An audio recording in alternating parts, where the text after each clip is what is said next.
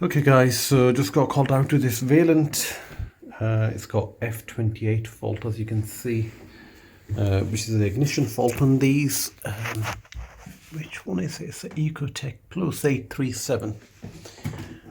Just opened the cover to have a quick look, and the very first thing I noticed is this stuff, which is most likely condensate trap blocked or the pipe, and it's just backing up into the main heat exchanger, and then that seems to be causing the issue. I'm not looking forward to opening this burner to have a look, but I'm gonna have to do it. So I'm gonna open it up and show you what we find. Okay guys, so are you ready to have a look inside? I'm not. But let's see. It was either the condensate or the main heat exchanger is leaking. Look at the state of this. Okay, let's put this down. Let's have a look inside. Yeah, so as you can see, main heat exchanger leaking. Just there, I don't know whether you can see in the camera. It's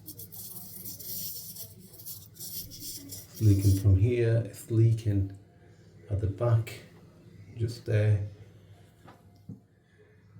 The back insulation pad's messed up as well.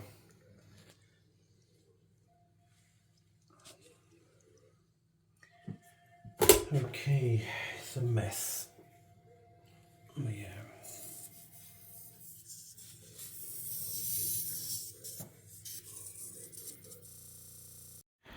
Okay guys, so a day later we're back to this Vaillant with the leaking main heat exchanger. I have sourced a second-hand heat exchanger for it. It's a newer heat exchanger than the one in that boiler. That one is 2007, this is 2013. But yeah, we will try to revive this boiler. This is out of a 937. That boiler up on the wall is an 837. And they're both compatible, so 637, 837 and 937, they all have, well, all three have the same main heat exchanger in it. So yeah, we'll strip it down, take the main heat exchanger out, the burner assembly out, main heat exchanger out, and replace it with the new one, and we'll take it from there. So I've removed the burner assembly out of the way and disconnected some of the cables that were connected to the fan and gas valve, and the thermal fuse, which is at the top on that side. Once I've removed the heat exchanger, I'll show you. And now I'm going to remove the flow and return thermistors here. To those who may not know how to remove these, sometimes I've seen guys just pushing this clip to try to remove it, but it's actually wrapped, as you can see. So it's actually wrapped onto the pipe here. So all you do is, if you take a flying screwdriver, sometimes you can do it with the finger as well, but it's easier with a flying screwdriver. You just need to unhook it from this side, and then you can just literally take it off just like that. The one with the red and black cable is connected to flow side, and the one that's on return has a blue and black cable connected to it. So same again, we're just gonna remove the clip first and then just remove it from the pipe just like that. So that's that done. Condensate pipe needs to be removed, so that's out of the way. We need to remove the return and flow pipe from the main heat exchanger. We need to undo these screws, so 2 on this side, 2 on this side, and 2 at the top, and then we can literally just remove the heat exchanger out of the way. At the top there is the flue assembly just in there.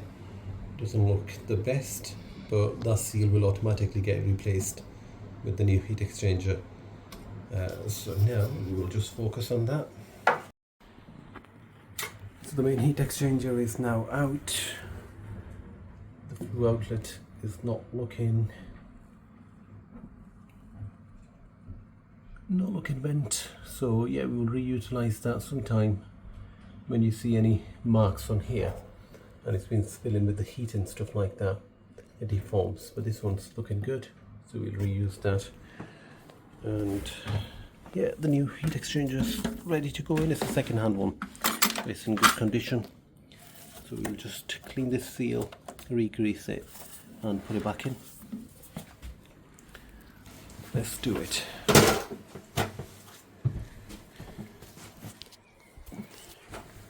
Okay, so heat exchanger's in, all nice and clean, piped up.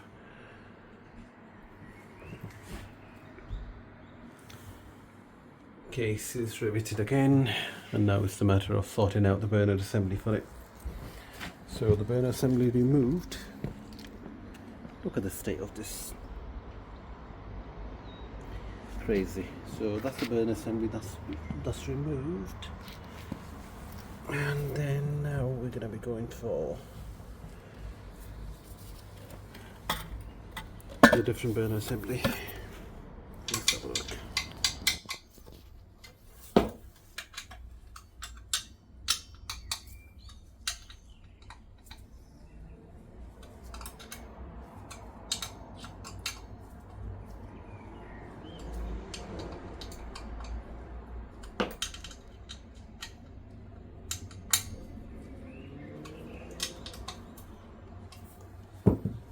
A new burner seal, a new ignition electrode, and a different burner altogether should do the trick. Okay, let's put it back in.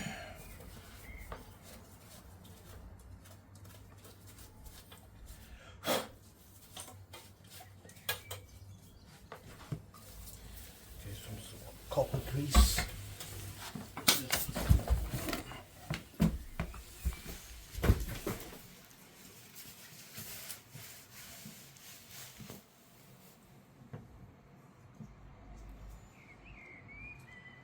This is where metal touches metal.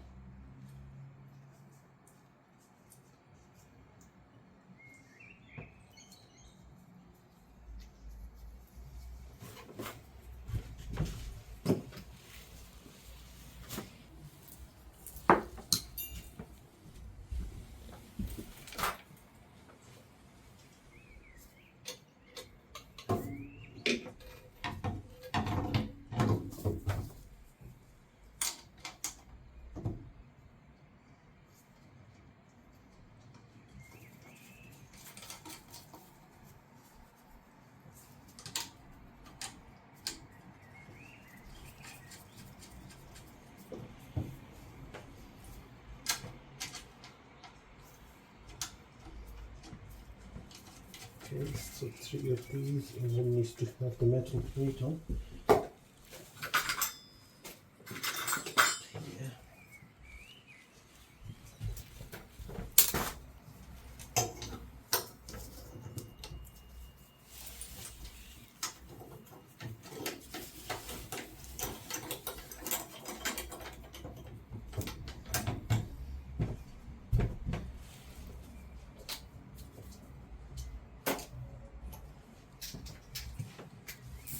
Okay, let's just snip you up with the normal ratchet before we use the torque ratchet for it.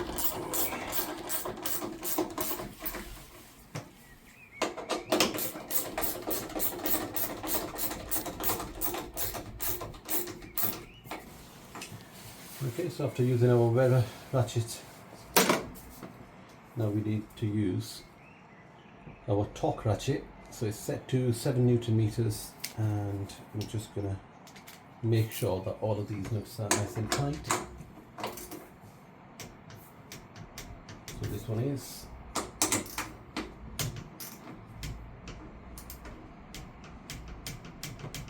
That's good.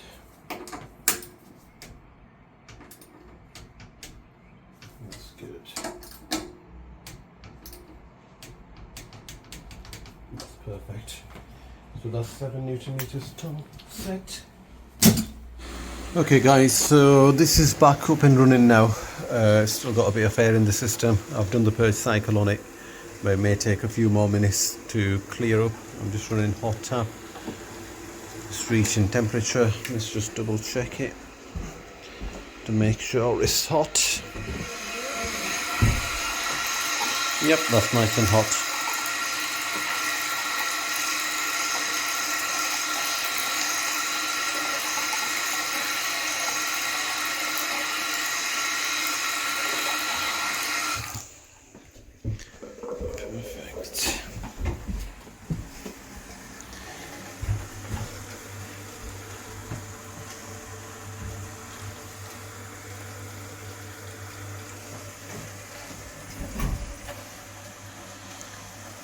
it's all running now. Just going to check a quick flue analysis and we're out of here.